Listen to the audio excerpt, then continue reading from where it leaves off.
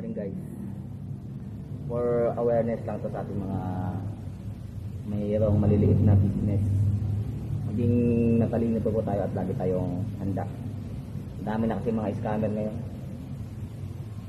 Siguro man aware na kayo dyan. So maikwento ko lang. Meron akong kliyente kaganina. Nagpaprint siya ng t-shirt, isang peraso lang.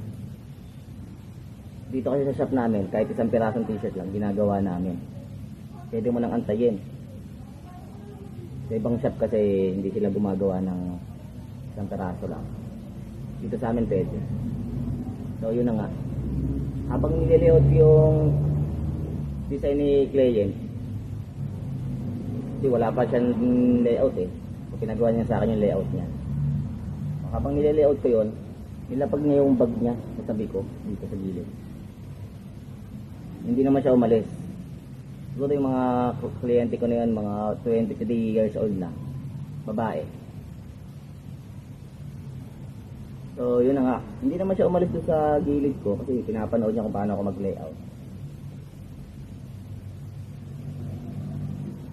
Tapos yung bag niya, hindi naman niya iniwalay sa kanya, nilapag niya na, pero wakawak niya pa rin.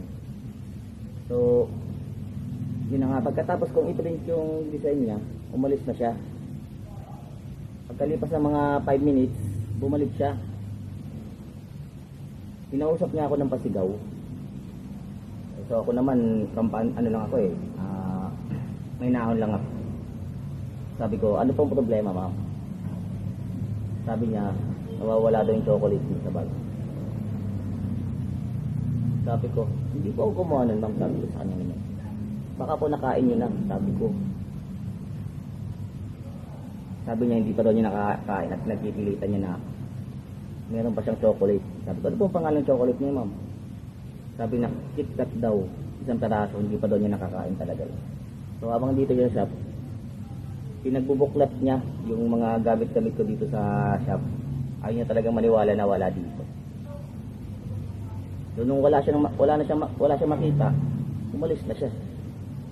So yun lang guys sa mga katulad kong maliliit na business yan. Mag-ingat po tayo lagi sa mga ganong modus.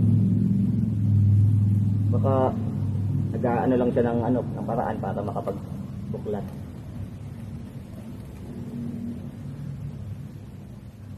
So yun lang guys.